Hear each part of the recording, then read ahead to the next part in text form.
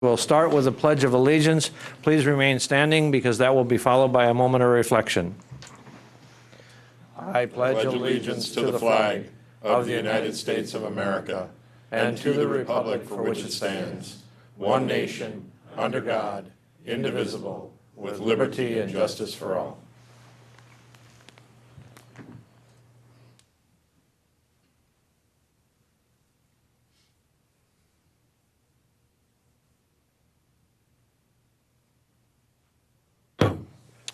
Thank you. We will have the reading of the notice, please. The adjourned annual meeting of the Marathon County Board of Supervisors, composed of 38 members, will convene at the Marathon County Courthouse, Assembly Room, 500 Forest Street, Wausau, on Tuesday, March 26, 2019, at 7:30 p.m. to consider the following matters. The agenda was duly signed and posted. Thank you. I would like to request everyone to silence their cell phones or put them on vibrate or any other electronic devices, please, as to not to interrupt the meeting. And I would like to welcome all of our guests that we have with us this evening. We have some exciting news coming from the Chancellor, and that we all are looking forward to. And so we will move on to roll call. So please sign in.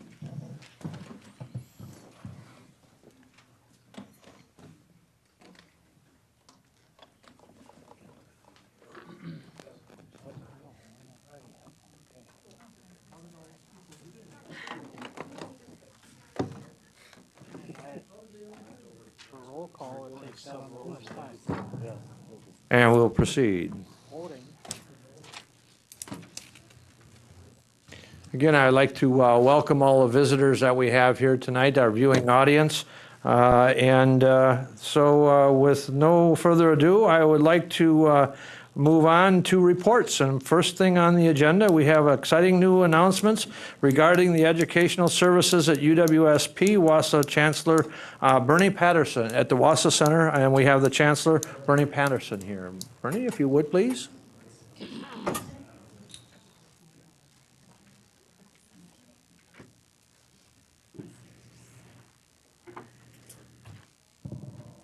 If I lay this on the keyboard, is it going to make the room go dark? No, it'll be fine.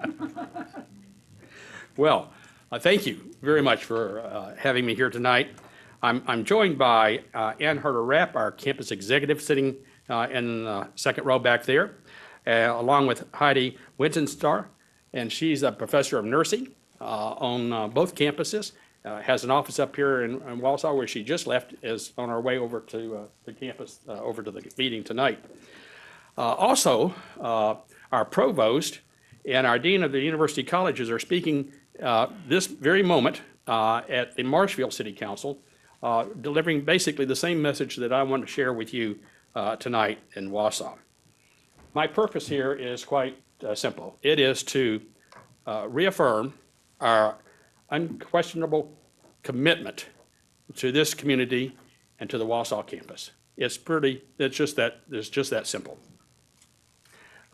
This is so important to this community and to the university. And I have it's really some good news tonight to share with you. Let me begin by talking about the economic impact the university has on the region. The report reached me just about 10 days ago, and I can tell you tonight that the university's economic impact in all three campuses is $671 million, $671 million across all three campuses. This means we are generating over 6,000 jobs, Wisconsin jobs, 6,322 to be exact. And the university is generating $40.9 million in state and local tax revenue. $40.9 million in local and state tax revenue. This means that for every tax dollar the state invests in the university, UW-Stevens Point, it generates $17 in economic activity. And that's good for everybody. And right now, as the legislature begins to take up the budget, I would encourage you to be in touch with those that you are acquainted with and encourage them to support higher education in this state. Now, specifically on the Wausau campus, the economic impact on this campus is over $50 million, $50.7 million as an economic impact in Wausau, on the Wausau campus. And it is generating 441 Wisconsin jobs, 441, and $3.1 million in state and local tax revenue, $3.1 million, and that's pretty significant. So I want to thank you, this board, for having the vision some 50 years ago to embark on this partnership. You have made a major investment in the facilities and the campus in Wausau. This campus is important to this community, and it is important to the university. So tonight, I want to talk with you about my vision for a new kind of regional university for the 21st century.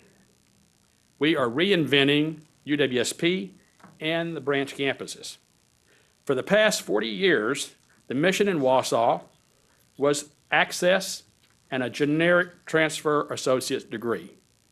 Those two things will continue, as they always have been. But just like any business, our product line must keep up with the changing times. So on our branch campuses, we will offer programs tailored to working students of all ages. When you think of working students, you usually think of the non-traditional student. But practically every student of a traditional college age is also working, and we have to keep that in mind as well. We will offer programs that meet local professional needs. And we see this campus serving as an innovation center that I'll mention more about in just a moment. Now that classes have been in session for about 6 months since the transition, it's an appropriate time for me to check in with this board and let you know what the new developments are. The Chamber of Commerce's focus groups that were held as this process began some 6 months ago have been very helpful in this transition and in pointing our direction forward. We continue to hold listening sessions and respond to community needs. For example, we are organizing a listening session on engineering, and we want to partner with the Chamber to gather the employers that this conversation would be important to, and we will bring to the table UW Stout, UW Green Bay, UW Oshkosh, and UW Platteville, who all have various kinds of engineering programs. This should be the next step in feathering out what we need to deliver in Wausau in terms of engineering. We're also increasing our marketing. Look for a significant uptick in this summer, but already, if you drive through Marathon County, you'll see our billboards. If you go to movies or watch TV, you'll see our ads there as well. And if you're on social media and you are among our prospective student profile demographics, you'll see our ads there as well. The change here is a focus on career pathways for students. What kind of job can you get if I get a degree in X? And that's important because our students are really concerned about the cost of education.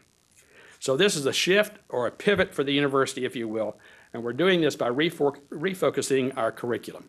For example, the generic English degree will be refocused to focus more on teacher preparation, on business communications, and on publishing.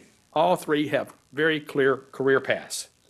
Our art department will refocus and organize with the graphic design folks on campus, as well as the interior architectural program, to form a new School of Design, again, with clear career paths for the students. Political science is shifting from the old generic political science to public affairs and public administration.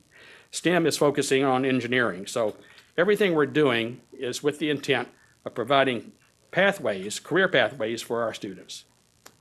Tonight, we are announcing that there are new 2-year associate degrees, new 4-year baccalaureate degrees, and new graduate degrees coming to Wausau campus. To begin, there are 6 new professional associate degrees that we plan to start in the fall. They include human services, health sciences, information sciences and mathematics, applied finance, leadership and project management, and environmental science and management. The four-year degree programs that we plan to offer right away will be business administration and social work. We're also having internal discussions on campus about engineering physics.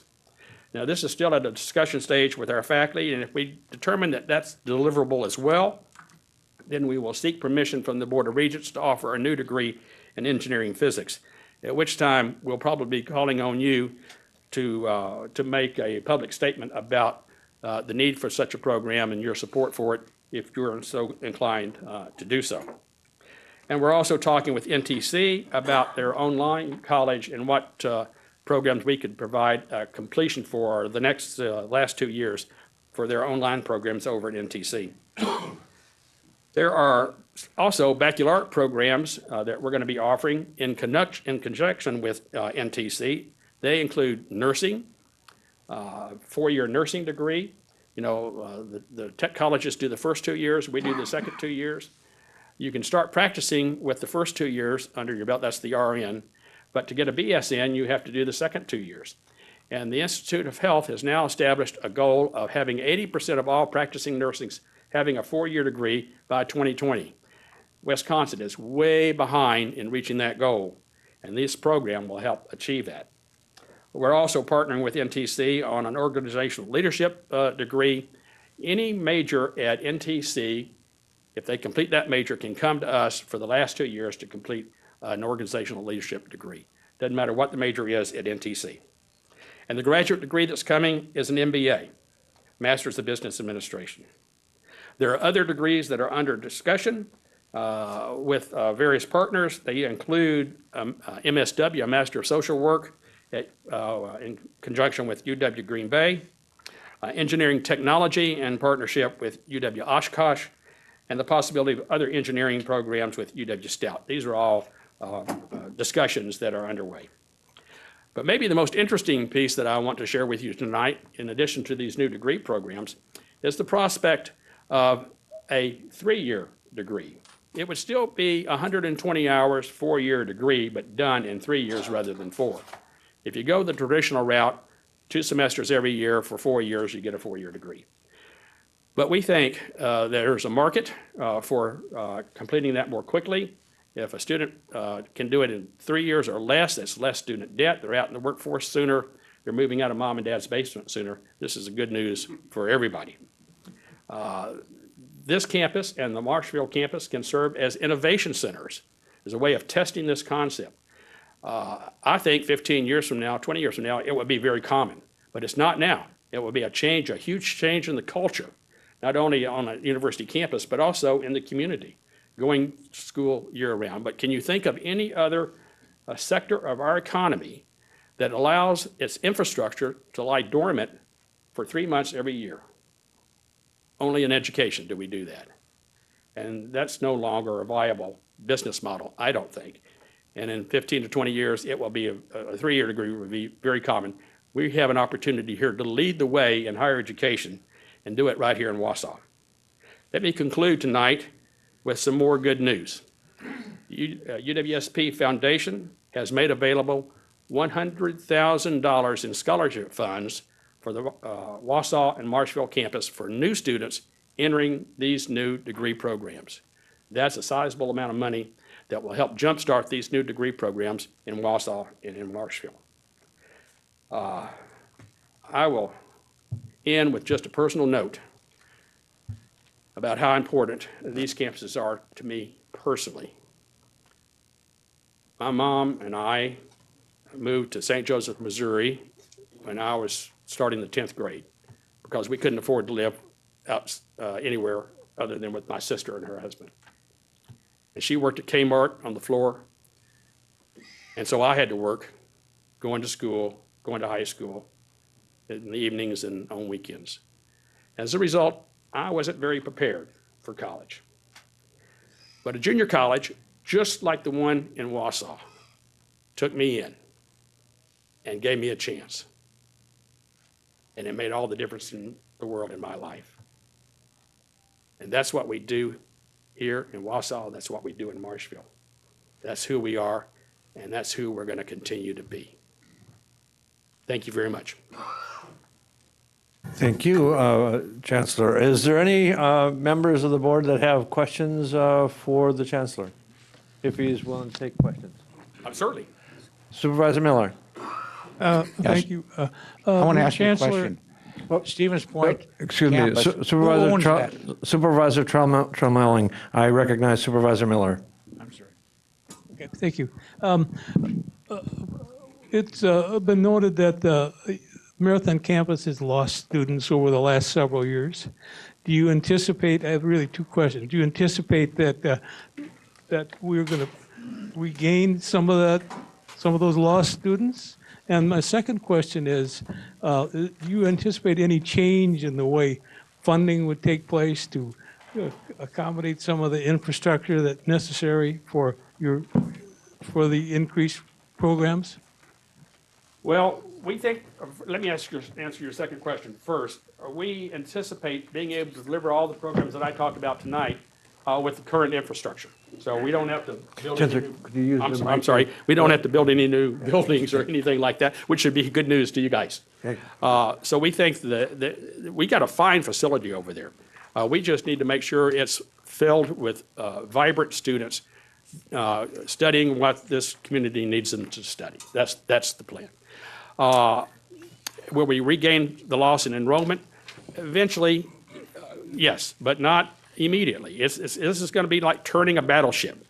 The decline in enrollment on the main campus, and I'm sure it's the case here in Wausau and in Marshville, began in 2011. 2011. That's a long, and it's been a steady decline ever since. A good part of that has to do with demographics. There's just fewer kids in high school. But we need to prepare for that in the future because in 2025, there's going to be another decrease in high school students. And so we're expecting the enrollment to be down again in the fall on all three campuses. But it's like I said, turning a battleship. And so we think these new programs will draw in more students.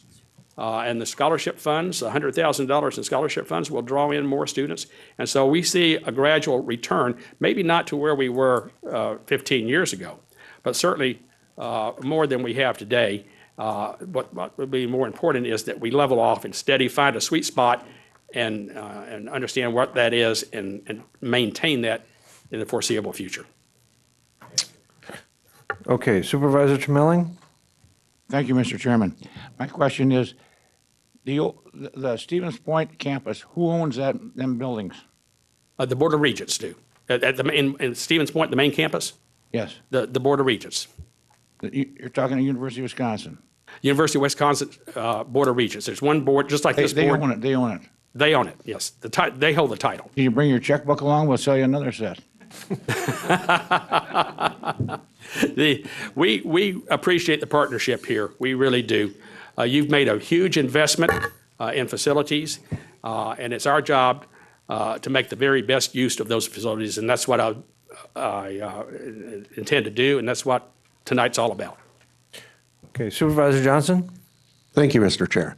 My question is kind of simple. It seems that you're going towards more of a career track with this approach, which is certainly going to be welcome in the community. We can get folks to fill the positions that are vacant.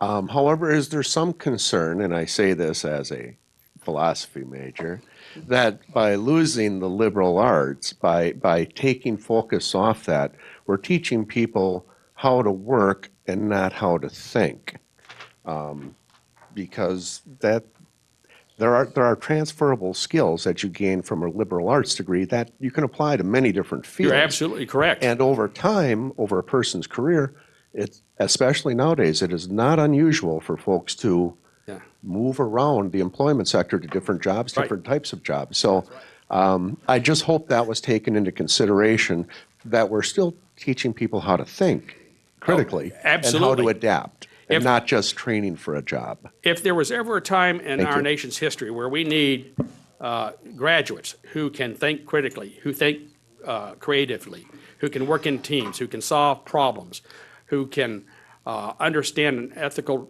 dilemma when they see one and understand how to resolve it, who can understand and how to function in a global economy, in a global society. That time is right now. That time is now.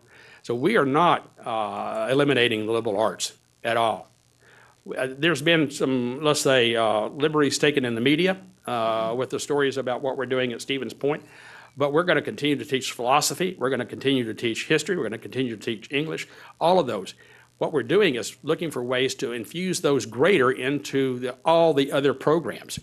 Because we think if we can take the skills that you just talked about and infuse those into all the professional programs, we'll get better accountants and better nurses and better foresters and better social workers because they have the very skills that you learned in your philosophy degree. We have plans now to open a Center for Critical Thinking at the university. We have philosophy faculty that are out talking to business leaders now about how to bring critical thinking to the workplace.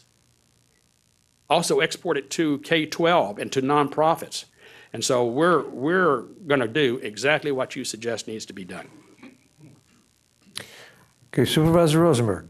Thank you, Mr. Chair. And also, I'm very interested to know that we both have philosophy degrees, Supervisor Johnson. So awesome. I agree completely with the critical thinking about how to think. It's super important. I'm glad that when you spoke, you talked about access. I think it's really critical that you fight for access for Marathon County residents to these programs. It's really important for us. We just sat through the economic outlook a few weeks ago from the chamber and others. And it's just really important that people around here have access to the degrees and the programs. So thanks for giving us an update. I really hope to continue hearing good news and increasing enrollment and just excitement around these programs. I think you have the right people to be creative and think about this. So thank you. You're welcome. Supervisor Lowe. Thank you. So I used to work in the library at NTC. And not only that, but I also graduated from UWMC, now it's UWSP Wausau, and I also graduated from UWSP, both great schools, and so I have experience like all around. Went to school there, worked at NTC. My concern is I worked with students at NTC, and I know that their English classes and their sociology classes and philosophy classes are very different from the classes that happen at the two-year school here and at UWSP. And I'm just afraid that the classes at NTC aren't as rigorous as the classes that go on at the university. So do you think, I kind of am concerned that those students that transfer from NTC and go to UWSP or a four-year university, they won't be ready for the rigorous classes that go on there. I mean, at NTC, I saw students writing 2 pages in philosophy, and then when I wrote in philosophy, it was a 20-page paper. So that's my concern. Is there, I don't know, is there something that can mitigate that, or are there people looking into that? I mean, Let me tell you what we are doing.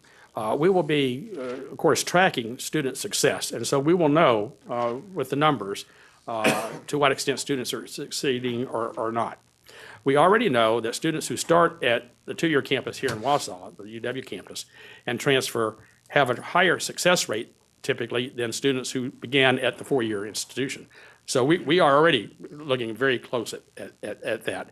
And as we partner more closely with MTC, we'll be tracking that as well.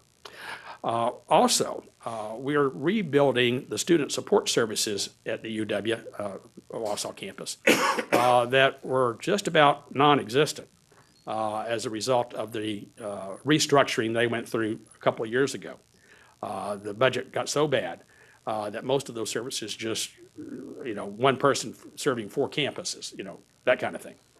The governor has included in his budget proposal to the legislature $5 million to help reinstate those student services on our 13 two-year campuses. So those will be, $5 million is not a lot of money, and it won't go a long way, but that is really important. That gets done. So anything that you as an individual or this as a board could do to encourage the legislature in that regard would be really helpful. And I just have one more question. So those reports for student success, do they come out yearly or quarterly? How often do they come out? It would be tracked annually. It may be by semester, I'm not sure, fall and spring, but certainly annually. Okay, thank you. Supervisor Guild. Thank you. So first, again, thank you for being here. It's wonderful to see you again. I just had 2 items that I wanted to mention. First, my question is, this sounds like you're doing exactly what we've asked with making whatever changes are necessary to increase the attraction of our campus and increase the number of students on our campus. So I'm greatly heartened to see that. I am going to be curious whether you can answer this now or at perhaps a future Extension Education Economic Development Committee meeting, what the plans are to market this to our high school and even to some extent middle school students so that they are aware that this is now an opportunity here, both here in central Wisconsin and beyond the traditional target market range. We are already beginning to increase the marketing, but we're also engaging with BVK, a public relations firm in Milwaukee. And that engagement will cover the first few months getting to know us as an institution, and then 2 years of marketing totaling $500,000, being funded by UW System. But that's $500,000 spent just here in central Wisconsin on nothing but marketing. And it's going to take that and more, because there's a lot of things to overcome here. The economy is a major factor.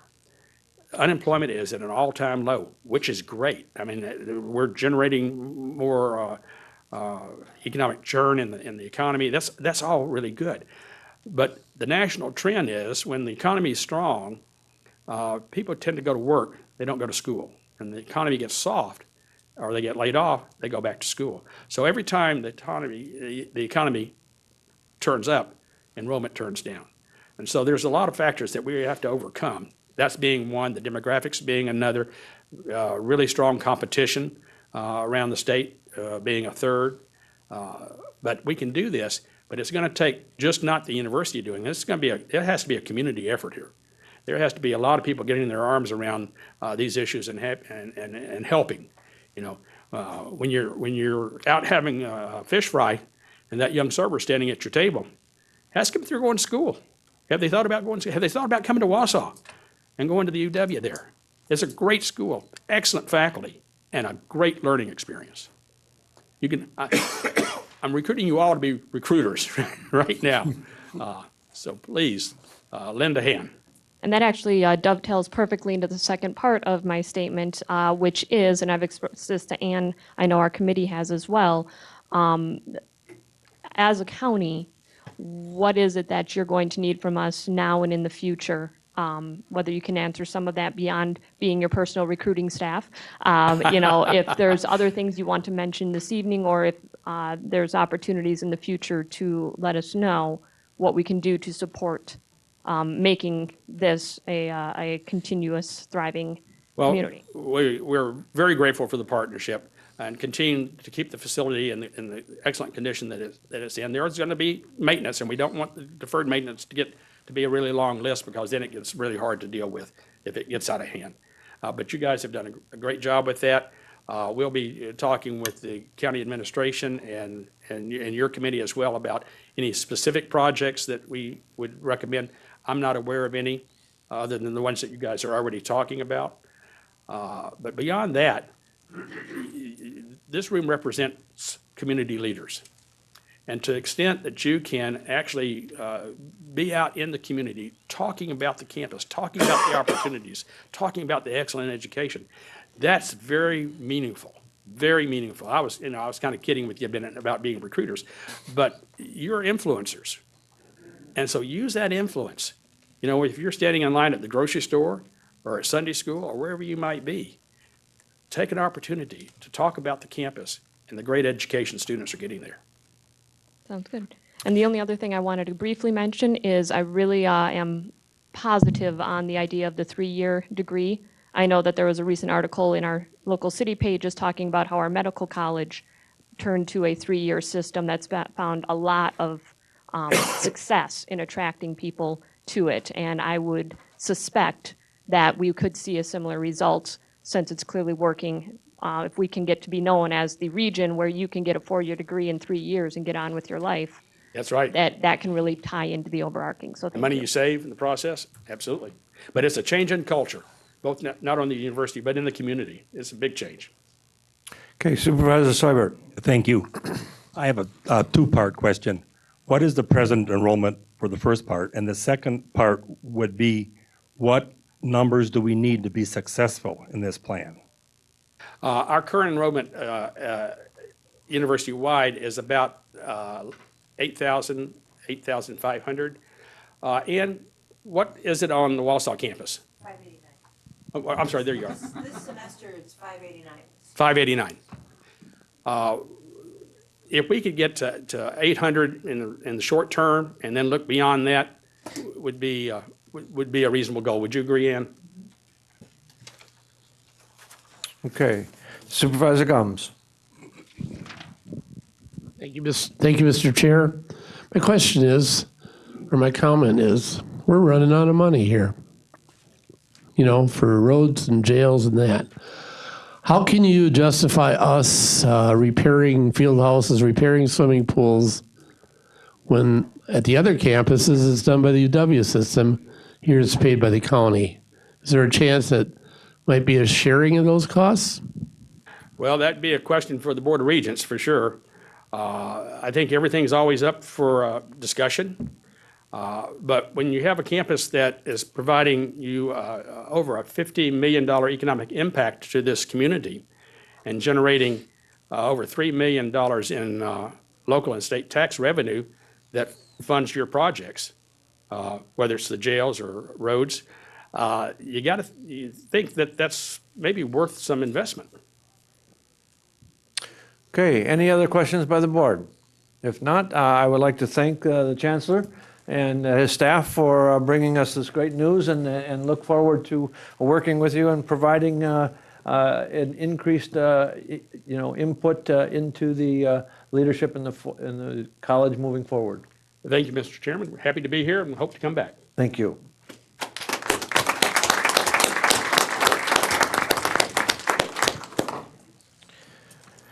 We will move on to item number B8, and it's a report about the NACO conference. There was 3 attendees at the annual legislative conference at NACO in Washington, D.C. Earlier this month. That was myself, the Vice Chair, Craig McEwen, and Supervisor Matt Boots.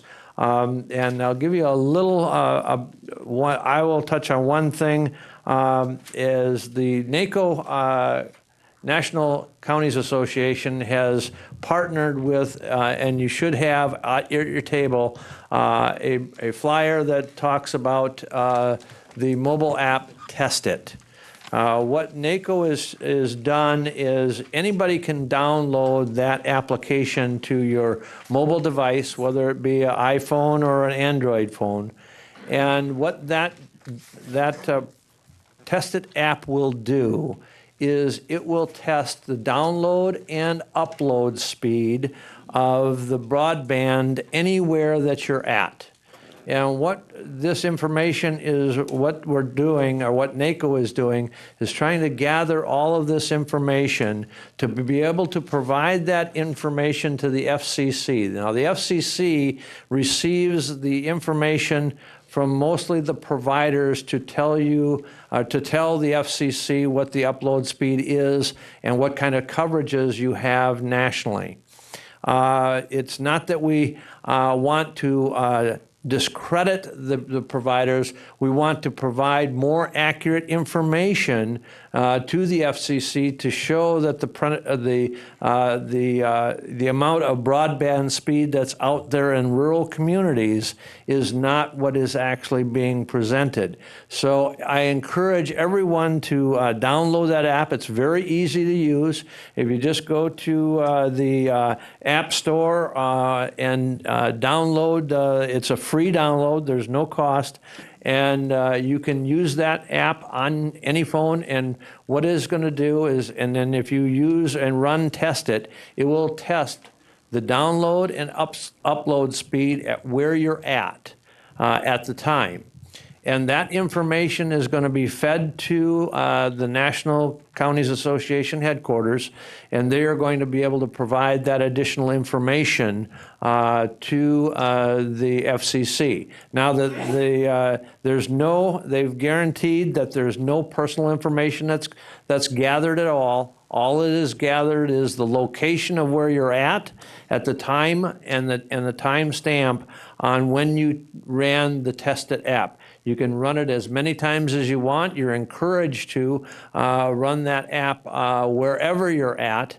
I just ran a test outside the courthouse with that application and found that we are right here below the national average for upload and download speed right here at the courthouse. So again, I encourage everybody to use it. Use it wherever you're at throughout the county, and that will help us in being able to provide the story as to what kind of speed we actually have in broadband and provide that information. So. I will turn it over to Vice Chair McEwen. Thank you, Mr. Chair. First of all, I just want to thank Marathon County and this board for the opportunity to attend the NACO conference in Washington, D.C. While I was at the conference, I had the opportunity to attend several breakout sessions, which I'll go over briefly. But I guess what I was amazed mostly, or the most important thing I learned from there was how many policies that NACO is lobbying for counties with the legislators in Washington that definitely would support Marathon County and all the other counties in the United States. The first breakout session that I went to was put on by the Department of Justice, and they had 4 policies that they were emphasizing that they wanted us to ask our legislators or congressmen to support. The first one was the Second Chance Act, and this policy is designed to help formerly incarcerated people get reunited to their community, and they offer different programs to do this. They have employment services, substance abuse and mental health treatment, and temporary housing. They stress that successful reintegration to their community results in less and lowered recidivism, which does help local counties with less people being reintroduced to the jails. The present funding that's in the 2019 budget is $87.5 million, and they're requesting $100 million for the 2020 budget. The second policy that they talked about was called supporting counties by improving health services for justice-involved individuals. And what this policy is asking the federal government to do is change their mandate, which requires all Medicaid services be discontinued when somebody is arrested and placed into county jails.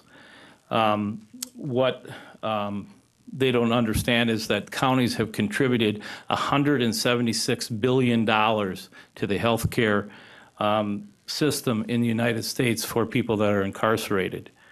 The policy is making a point that these people are arrested and not charged. They're arrested and they're not convicted, so these benefits should not be discontinued while they're waiting in the county jails, which is a cost for all counties. They then have to incur the medical bills for these individuals that are incarcerated. It also has training for criminal justice personnel on how to handle people with mental health disorders. The fourth policy dealt with two grants that Marathon County is presently utilizing. The one is the Byron JAG grant, and the other one is the SCAP grant, which SCAP stands for State Criminal Alien Assistant Program. I'm sure everybody knew that. But that's what SCAP, S-C-A-A-P, stands for. Just to give you an example, in 2018, the Byron JAG grant, Marathon County received $10,444, and they used that to purchase software, which is called Gray Key, which allows the Sheriff's Department and other detectives to unlock Apple devices like phones and PCs, which would have to have been purchased by Marathon County if they went to receive this grant. In 2017, for some reason, we were not eligible for the grant. But 2016, we received $10,679, which was used partly to fund a mobile command center, which we partnered with Wausau PD to pay for this. The SCAP grant, in 2017, we received $17,573, and that was used for technology and upgrades. And 2016, we received $16,859, and that was used for PREA training. And I'm sure everybody knows what that is. In fact, I had to call the sheriff today to find out what that was. But it's Prison Rape Elimination Act, which I should have known. But that's a PREA grant that it's required, I guess, and the training was paid for through this grant. And in 2015, we received $16,031, and they bought a transport van with those funds. I attended a RAC meeting, which is a Rural Action Caucus, and it dealt with the lack of broadband in the counties. And power of data was the next one. And what that, I'm sure Supervisor Boots is going to talk about this. It's an Explorer tool that they gave us information on. That's if I had a hard time getting on it. I know Supervisor Schaefer won't be able to will have a real easy time getting on this. And then the last one was reimaging county behavioral health crisis response systems and policies. And that just talked about redesigning crisis response systems and link people with mental health and substance abuse disorders so that they receive the proper treatment that they get. So it was there was a lot of information from these different programs. So again, like I said, I thank you for the opportunity to attend that. Is there any questions? Supervisor Rosenberg. Hi, thanks. I'm really fired up about this Medicaid access for people who are in jail.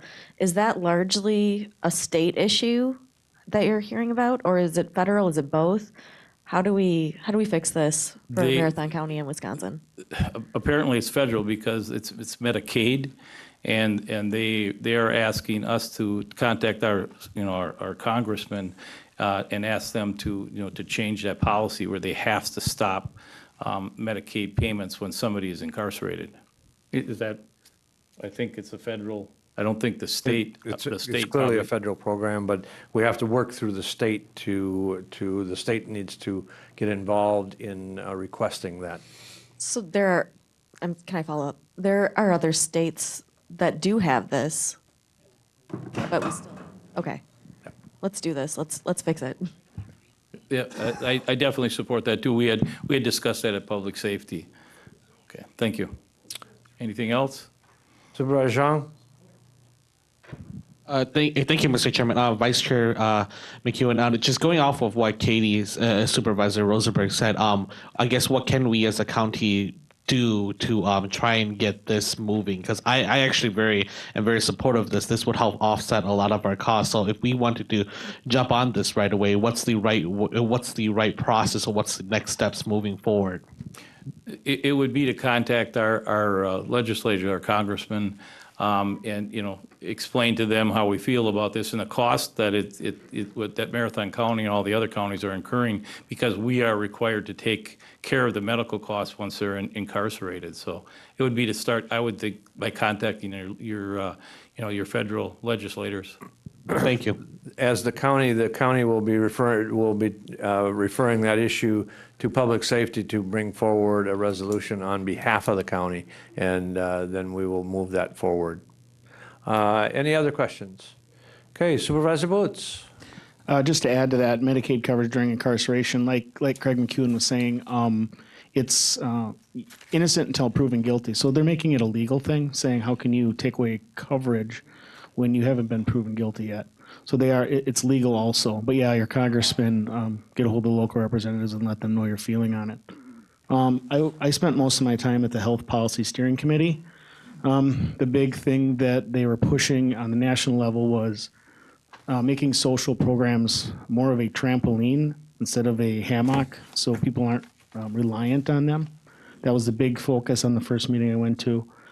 The second one was on opioids, methamphetamines, where we're sitting at that.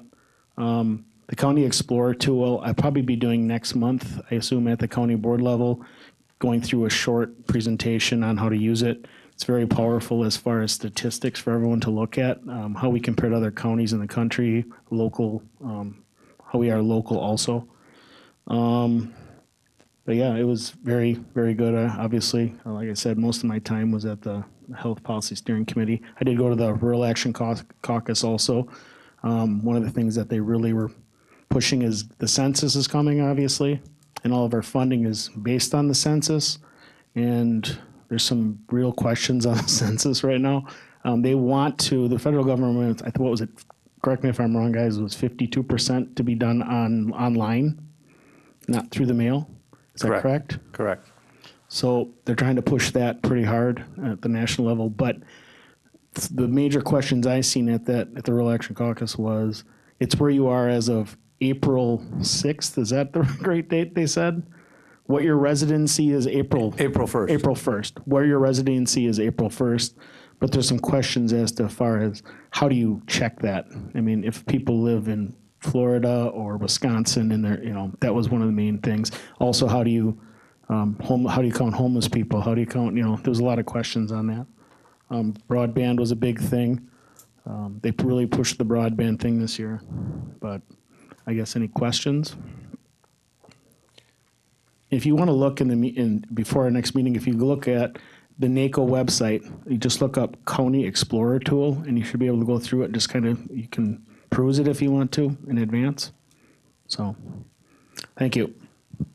Yeah, what the talk in the discussion about the census, the Census Bureau has set a target to count 52% of the population utilizing an online application to fill out the census. Now that's their target. But a lot of the discussion centered around the hard to count populations and hard to understand populations.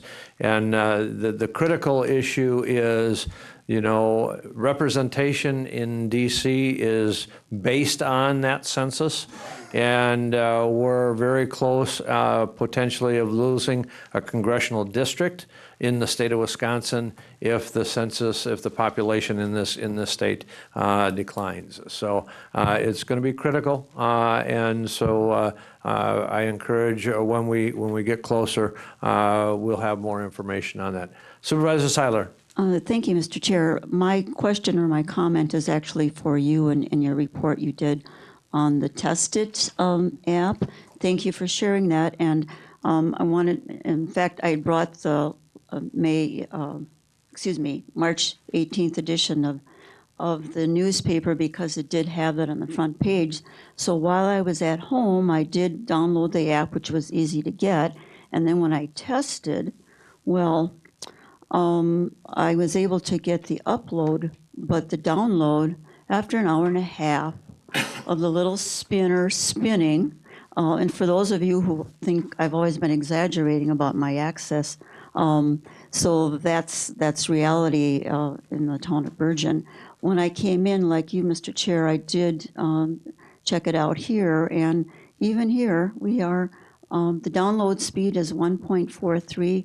I'm not sure what the acronym Mbps stands for. Maybe. Megabits per second. Okay, great. And the upload speed is 0.56 megabytes per second, both below the national and the FCC minimum. So we do have some work to do. But I was really shocked. I mean, I go do something, I come back, and it's still spinning away. So we need access out in the country. Thank you. Thank you. Any other questions? All right. We will move on then. We'll move on to the consent agenda. There has been a request to pull item 13AA, environmental resource, from the Environmental Resources Committee, Marathon County, Wisconsin Governmental Responsibility Resolution for Urban Non-Point Source and Stormwater Grants, Resolution 14-19. That will be pulled. And the remainder of the consent agenda, what is your pleasure?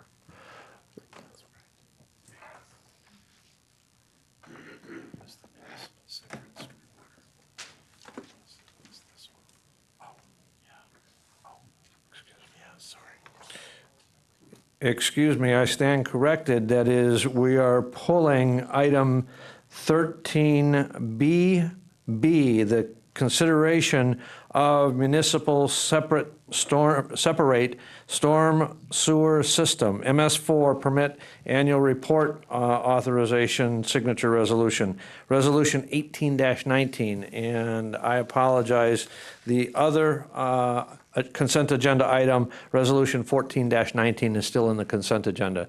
Now Supervisor Langenham with the motion and Supervisor Schaefer with a second. Is there any discussion on the remaining consent agenda? Again, item 13BB has been pulled as a separate item. Any discussion on the remainder of the consent agenda?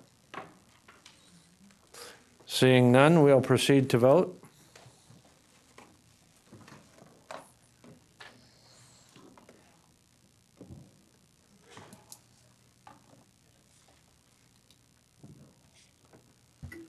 And we will proceed, and the motion is carried unanimously.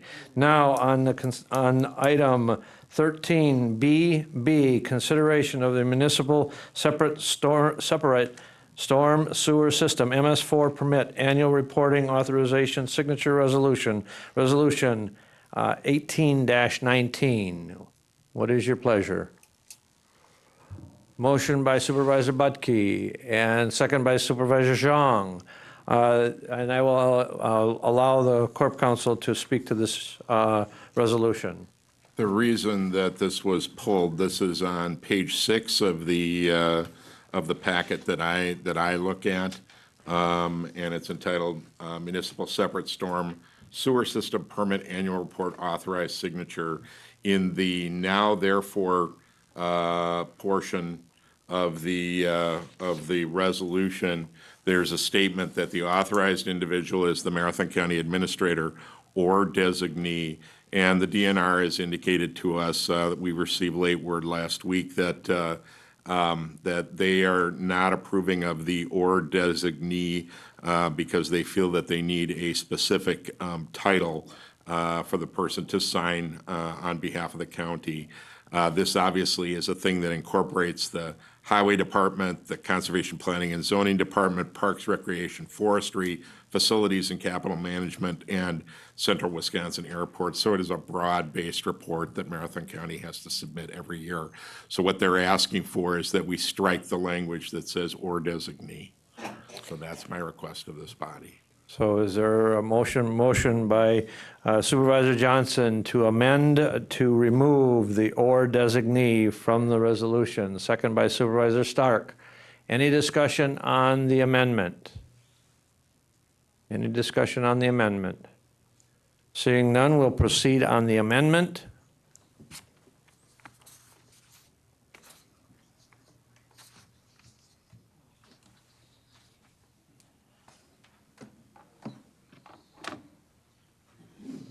And we'll proceed. And it is amended now as amended. Is there any further discussion on the resolution? Resolution 18-19 as amended. Any discussion?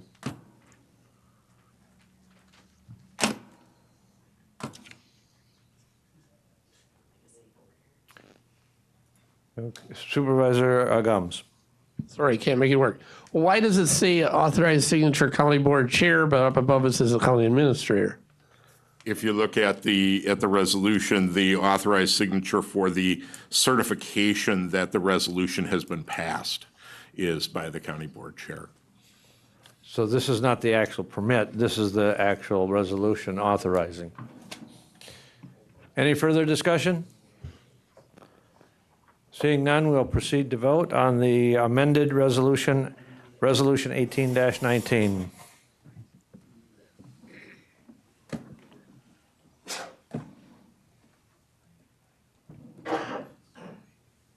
And we'll proceed. And the motion is carried unanimously. Thank you. Thank you very much. We will move on to ordinances. Item D, amending the General Code of Ordinances for Marathon County, Chapter 17, Zoning Code, Ordinance 6-19. What is your pleasure? Motion by Supervisor Schaefer. Is there a second? Second by Supervisor Leahy. Any discussion? Any discussion? Seeing none, we will proceed to vote.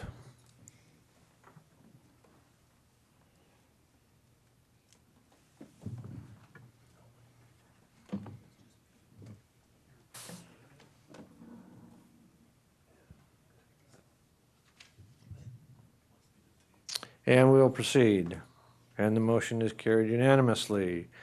Under D, number 15, to amend section 9.2, General Code of Ordinances for Marathon County Uniform Addressing System, Ordinance 7-19.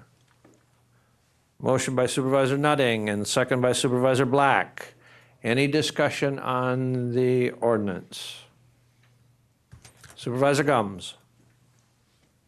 On page 14, where it talks about the sign, says all signs need to be two-sided. Shouldn't there be a size that you want the signs on that? There isn't. Everything else is where the sign goes, where the road name goes, everything says it, but it doesn't say a standard sign, size.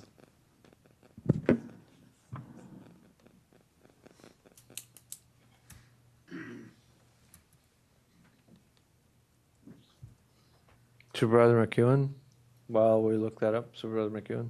Thank you, Mr. Chair. The signs are going to be issued by the county. So they're, all new signs you have to get actually through Marathon County, and they're going to be the proper signs. It brings up a good point. It's not in there, but they're going to have the signs that, are the proper size. Supervisor Gums? But, at some point, there's going to be signs lost or replaced or stuff like that. Can't the township just call Rent-A-Flash and have them make one if they know what size? Where they're replacement signs where somebody mows one down or something? That one we can get on our own, I think.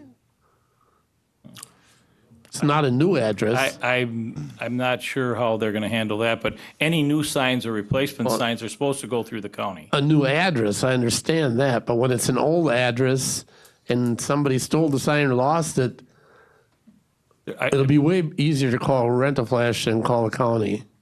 I'm assuming Rent-A-Flash is going to tell that person to call the county, because they're the ones that order the signs.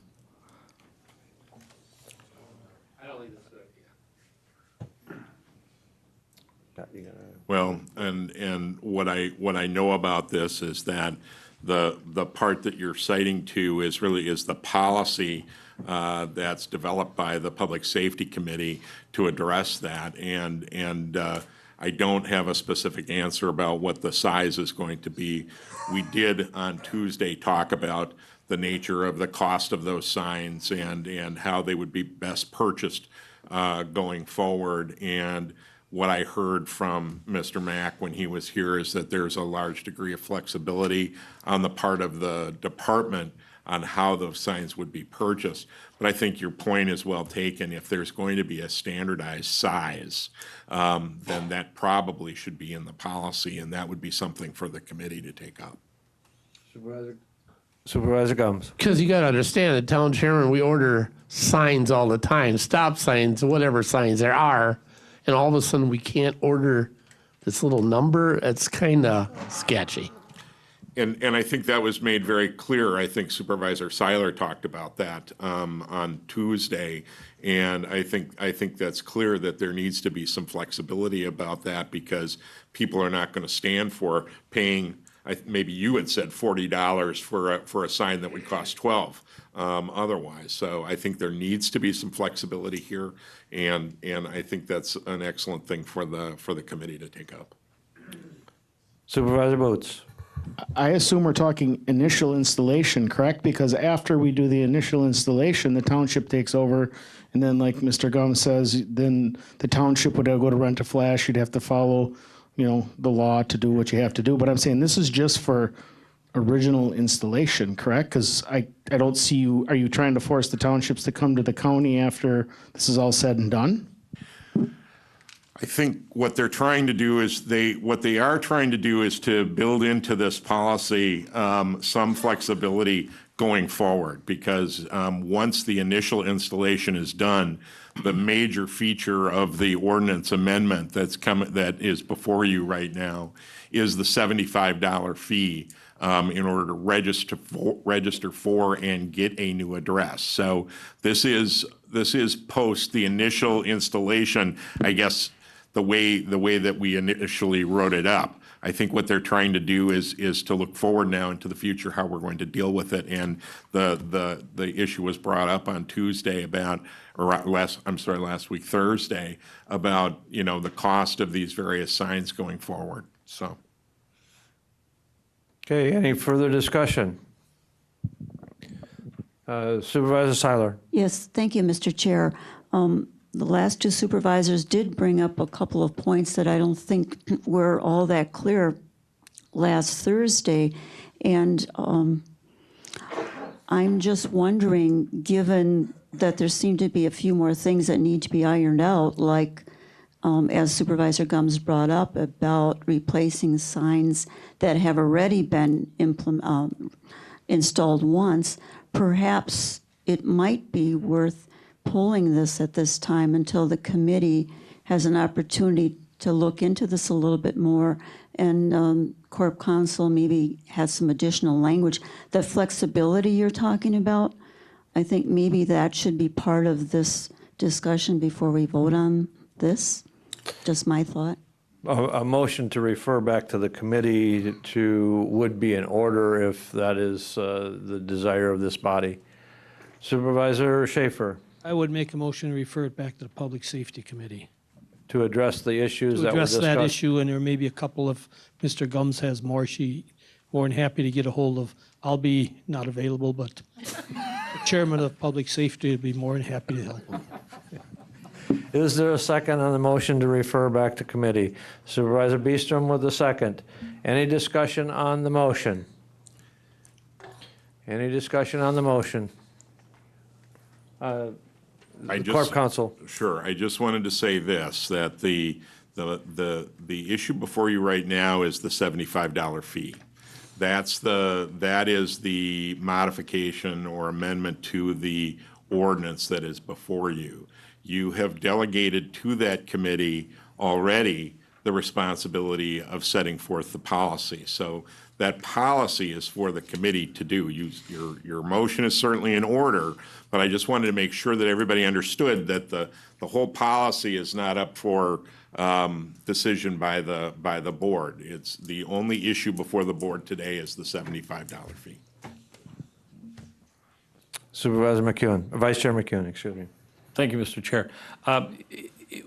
That's the $75 fee is the main thing, because we didn't specify after the uniform addressing is done and somebody comes and wants a sign after that, there was nothing set that they would have to pay the $75. So that's in there.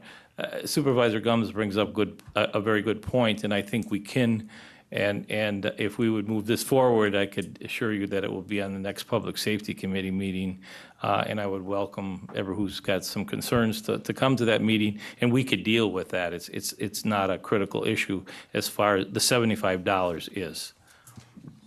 Supervisor Seiler. All right, thank you, Mr. Chair. And to your comments, Vice Chair or Chair of Public Safety McEwen, that sounds very reasonable. And so given that, as long as this doesn't get dropped, because it seems that there definitely are some things to be considered and maybe more, but as long as you keep it on the agenda, open for discussion.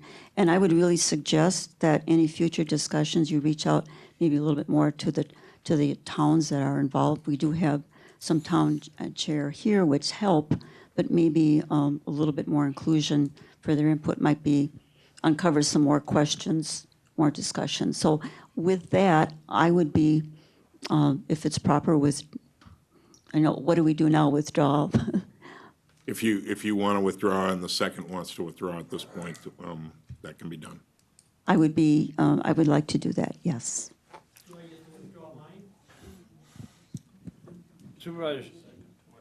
Supervisor Schaefer made the motion, and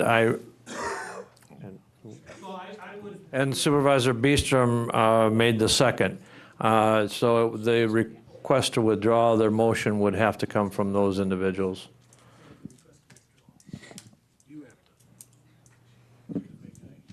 Do I make the first one, or does the second make the first one? Well, are you willing to withdraw your motion to refer? Yes, I'm willing to withdraw my. Is the second willing to make to withdraw a second? Yes. Okay. So we're back to the original motion to approve the ordinance change, which inserts basically the $75 fee for the uniform addressing sign on a new issuance on a new sign. Hopefully that's clearer. Is there any further discussion? Okay, seeing none, we'll proceed to vote.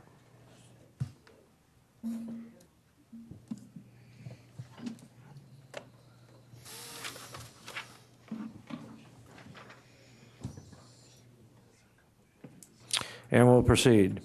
And the motion is carried.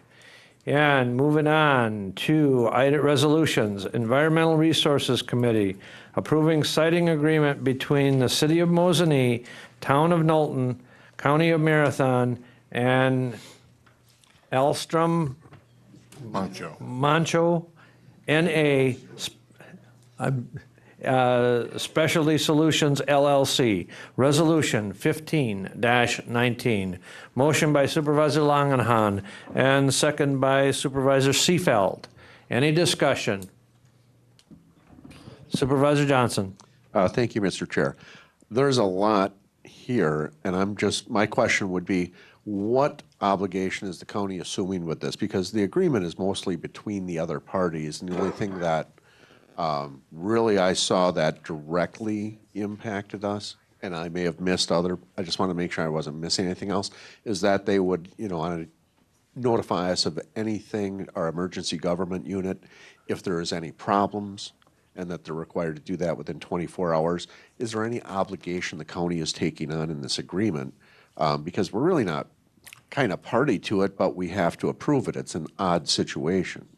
May I respond? I take it that was for me. Corp Counsel, absolutely. Corp Counsel can answer. That question is for whoever can provide the answer. This is kind of unusual, although this is the third time that we've participated in one of these that I know of. Unlike with metallic mining, which was kind of circumstances beyond our control that were foisted on us. This is an opportunity. Whenever an operator is going to expand or open a new facility, they have to provide notice to the affected municipalities, and then the municipalities can essentially opt into the creation of a committee to negotiate an agreement. And so Marathon County has opted in. So it's a voluntary participation. And when we wrote the resolution to opt in, we put on the committee Becky Frisch and Melissa Johnson, and especially Melissa Johnson, who brings a lot of expertise to this particular issue because she runs Marathon County Solid Waste. And so it is not something where Marathon County is undertaking a lot of responsibilities. Most of the agreements are between the municipalities who are really centrally affected, but we're given the opportunity to participate. And when you went through the metallic mining with us, it's something that we take very seriously. And we participate in these. We want to participate. And we think that it's a good agreement. The committee wholeheartedly supported that agreement, and as I indicated, the town and the city both have already passed this. So that's what I have to say about the predicate. No, we are not undertaking a lot of responsibilities here, but part of it is to just be at the table to bring some expertise to bear, which we were able to do. Okay, any further discussion? Any further discussion? Okay, seeing none, we'll proceed to vote.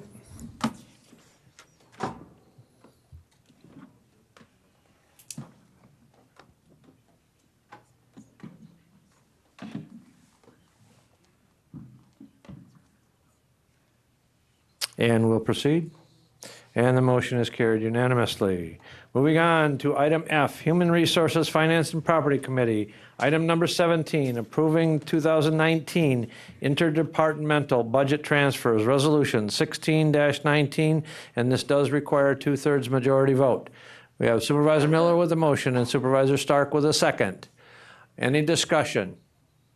Supervisor Schaefer. Thank you, Mr. Chairman. The last item in socials on that page with all the transfers shows $376,866 from state grant revenue to TPA expense direct relief. Is someone on finance, or can someone, what is a TPA expense direct relief?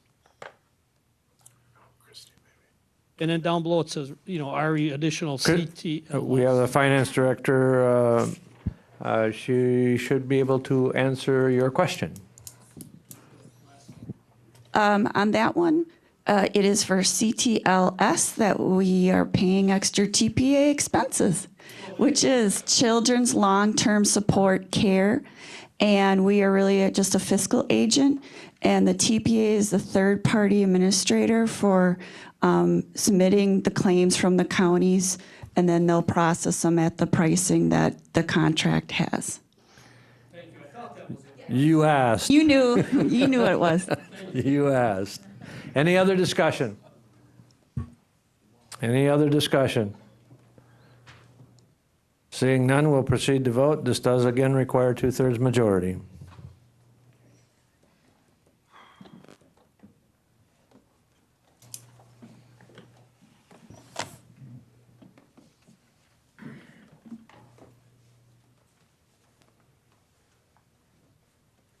And we'll proceed. And the motion is carried unanimously.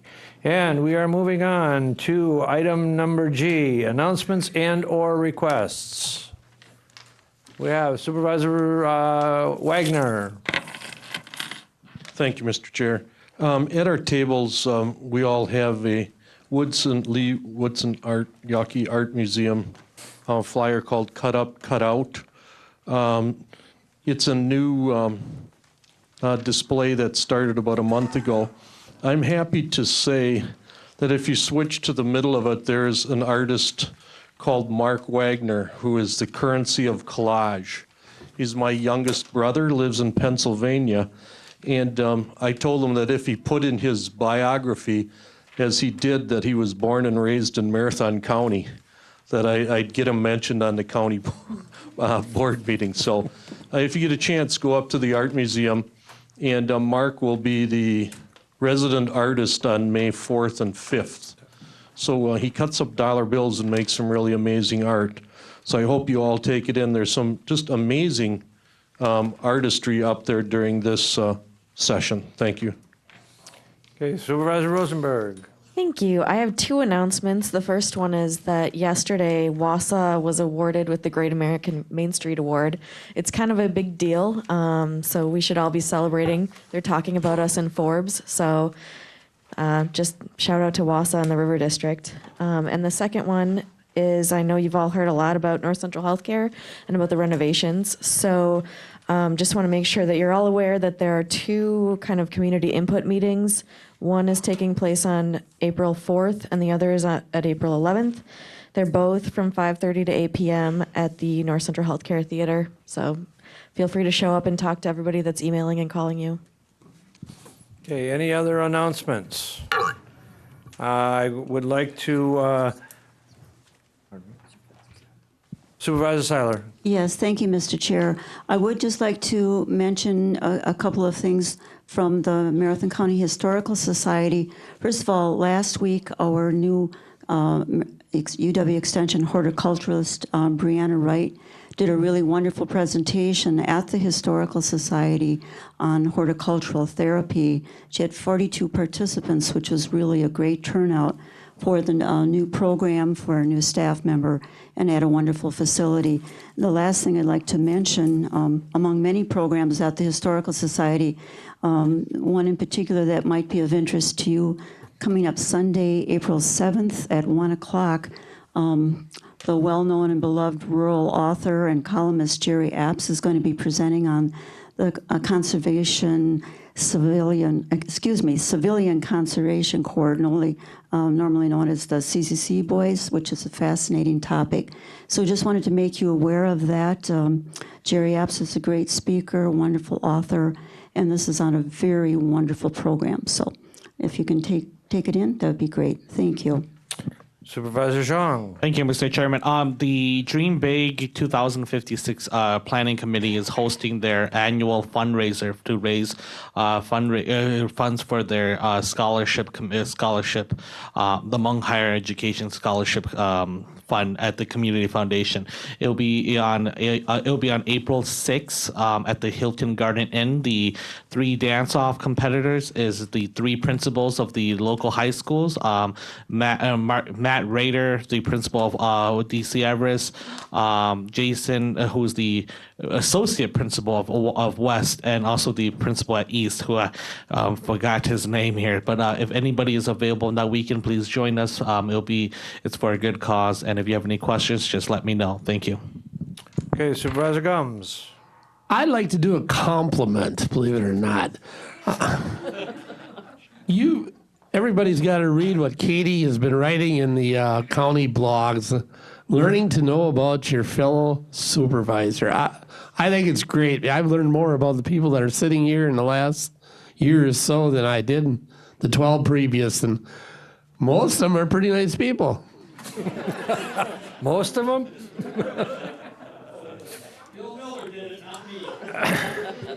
Okay, any other announcements? If not, I would like to extend my sincere thanks to Supervisor Black. He has had to take and has chosen to take a career move for him and his family, and he has turned in his resignation. So I want to sincerely extend my sincere thanks to him for his willingness to serve his district and his citizens and serve on this county board. So I think we owe him a round of applause.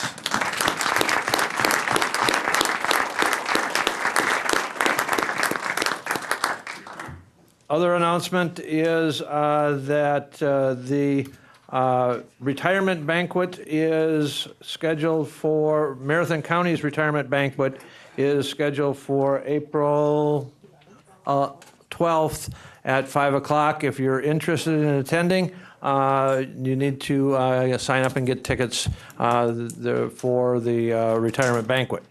With that, any other announcements, Supervisor? Supervisor Opel made the motion to adjourn. Is there a second? Second by Supervisor Seefeld. Any discussion? All those in favor signify by saying aye. Opposed? We stand adjourned. Thank you, ladies and gentlemen.